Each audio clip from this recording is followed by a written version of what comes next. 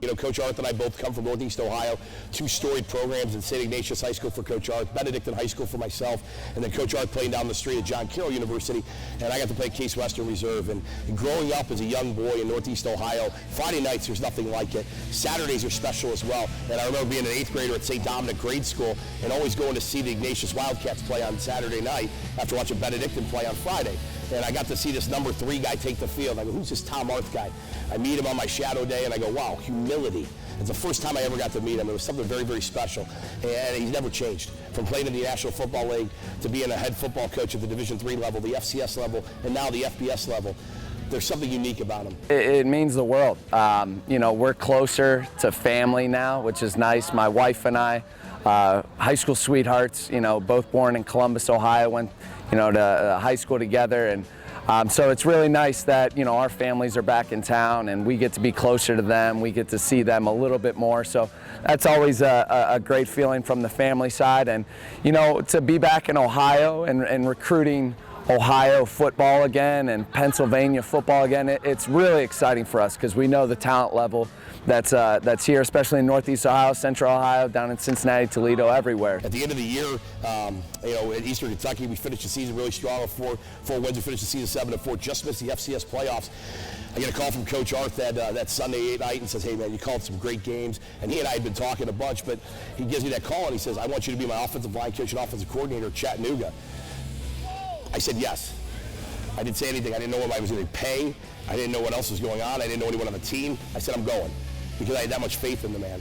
We get in there, we start working. We have recruited for him for about 6 or 7 days down in the South. Next thing I know, he goes, hey, do you have a list of Ohio guys that you really love? I go, absolutely. He goes, we're going to go after this Akron job. And it was really humbling to have that opportunity. And, you know, my family was excited and to be able to come back here. It was really, really, you know, exciting. Being a player for Coach Arth, you know, several years ago now, you know, I just knew when he took over the team my senior year, I just knew it was something different. There's a different energy, there's a different feel. Everybody in the program was so excited.